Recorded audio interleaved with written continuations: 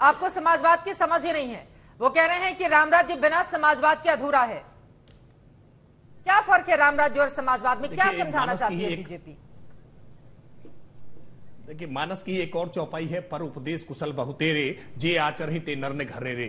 देखिए, अभी धर्मवीर चौधरी जी ने सबसे पहले कहा था ना, संत की ये भाषा नहीं हो सकती। मैं उसका जवाब पहले दे दूं, और किस तरह की भाषा का उन्होंने प्रदर्शन किया है आपके दर्शकों ने देखा है। यानी दूसरे को आप उपदेश देने का काम कर रहे हैं और आपकी भाषा स्वयं इतनी खराब है। और विशेष तौर पर गोरक्षनाथ पीठाधीश्वर के नाते जानबूझ करके जिस प्रकार की टिप्पणी की गई है, ये हिंदू समाज स्वीकार नहीं करता है। बड़ी संख्या में करोड़ों लोग गोरक्षनाथ पीठ में अपनी आस्था रखते हैं, और घंटा बजाने वाली जब बात आप कह रहे हैं ना, तो इसके कारण आपको इसका खामियाजा भुगतना पड़ता है। मैं दूसरी बात राजकुमार भाटी जी देखिए, राजकुमार भाटी जी कह रहे हैं कि कब तक आप ट्रैक रिकॉर्ड बताते रहेंगे, कब तक आप पुरानी बातें बताते रहेंगे। तो राजकुमार भाटी जी को जाटों को मरवाया था खट्टर साहब ने हरियाणा के अंदर पुलिस की गोली से, वो हिंदू नहीं थे। सुन लीजिए।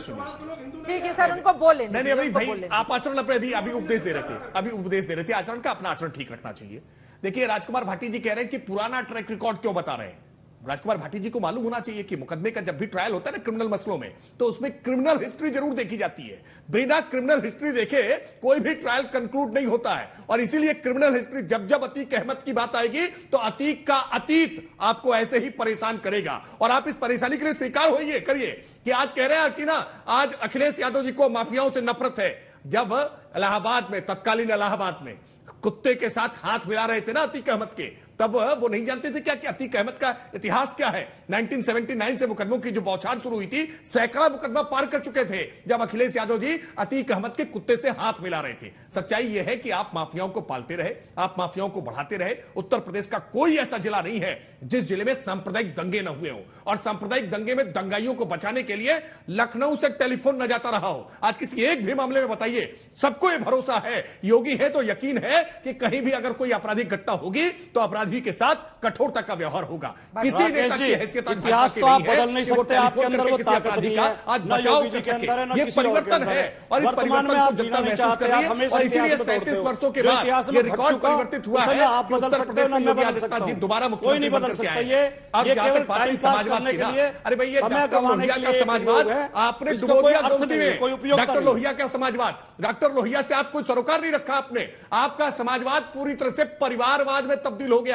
और इसीलिए समाजवाद की परिभाषा पहले आप खुद सीखिए, उसको आप अपने अंदर जाप करिए कि स्वयं डॉक्टर लोहिया कहते थे कि जो बात सही है उसे जोर से कहो, और जहां हो वहीं से कहो। आपकी पार्टी में आजकल जो लोग सच बोलते हैं ना, उन्हें तो बाहर का रास्ता दिखा देते हैं। डॉक्टर लोहिया आपके साथ कहीं नहीं है, समाजवाद कहीं नहीं है, ये विशुद्ध परिवारवाद है। और अखिलेश जी के बेटों के पास आगे तक जाएगा। अत्याचार हो रहा है, दूसरा पक्ष कह रहा है, तौकीर रजा बोल रहे हैं, बाकी विरोधी दल भी कह रहे हैं कि अगर कोई मुस्लिम नाम आ जाए तो फिर बुलडोजर चलाने में आप लोगों को देर नहीं लगती है।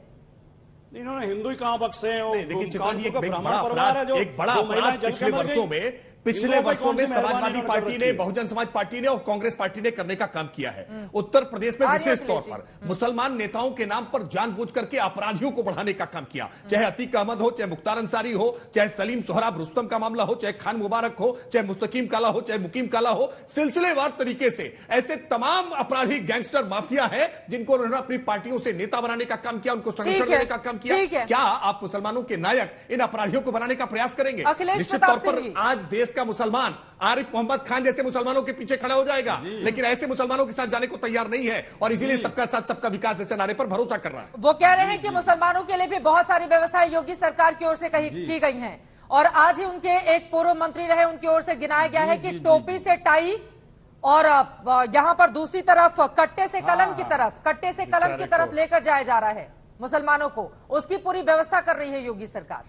इसी का ही ना जी यही व्यवस्था, इसी की व्यवस्था करके उन्हें मंत्री पद से हटा दिया गया था। खैर वो कोई बात नहीं, भाजपा को समाजवाद से नुकसान है, अडानी का साम्राज्यवाद पसंद है भाजपा को, ये तो बात सही है। देखिए भाजपा पे आप लोग खामखा बहस करते हैं, इतनी दूध की धुली पार्टी है। हमारे जो केंद्रीय गृह राज्य मंत्री हैं, थानों से इतने अच्छे अच्छे उनको पुरस्कार मिले हुए हैं, जो थानों से, जो हमारे देश के गृह राज्य मंत्री हैं।